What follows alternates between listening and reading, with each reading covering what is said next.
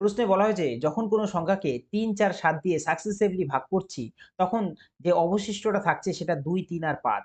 তাহলে সেই সংখ্যাকে যদি আমরা ৪২ দিয়ে ভাগ করি, তাহলে আমাদের অবশিষ্ট কত আসবে সেটা জিজ্ঞেস করেছে। আর প্রশ্নটা এসছে আমাদের সিপিও ২০২০ তে। এটা শুধুমাত্র সিপিও না, যেকোনো চাকরির পরীক্ষার ক্ষেত্রে এখন একটা গুরুত্বপূর্ণ প্রশ্ন হয়ে দাঁড়াচ্ছে। তা প্রশ্নটা আমরা কিভাবে করব? এই সাইডে আমরা ভাজকগুলোকে লিখে নেব। অর্থাৎ ৩, ৪ আর ৭ কে। আর এদিকে আমরা যে ভাগশেষগুলো আছে রিমাইন্ডার সেগুলোকে লিখে নেব। কি, কি দিয়েছে? দিয়েছে ২, ৩ আর দিয়ে রেখেছে হচ্ছে আমাদের ৫। এবার আমাদের কি করতে হবে? এবার আমাদের দুটো দাগ টানতে হবে। একটা হচ্ছে আমাদের গুণের দাগ, আরেকটা হচ্ছে আমাদের যোগের দাগ। এবার আমরা শুরু করব হচ্ছে 0 দিয়ে। ৭ এর সঙ্গে যদি 0 গুণ করি তাহলে আসে 0 আর 0 এর সঙ্গে 5 যোগ করলে আসে হচ্ছে আমাদের ৫। এবার আবারও দুটো দাগ, এখানে ৪ ৫ কত হয়? ২০, ২০ আর ৩ হয়ে যাবে হচ্ছে আমাদের ২৩।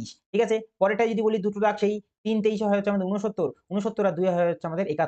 তাহলে ৭১ হচ্ছে সেই সংখ্যাটা। ঠিক আছে? এবার এই ৭১ কে যদি আমরা ৪২ দিয়ে ভাগ করি, তাহলে আমরা ৪২ অক্ষে ৪২ একবারই যায়। তাহলে ৭১ থেকে যদি ৪২ বিয়োগ করি আমরা, তাহলে আসবে হচ্ছে আমাদের ২৯ আর এটাই আমাদের উত্তর হয়ে যাবে।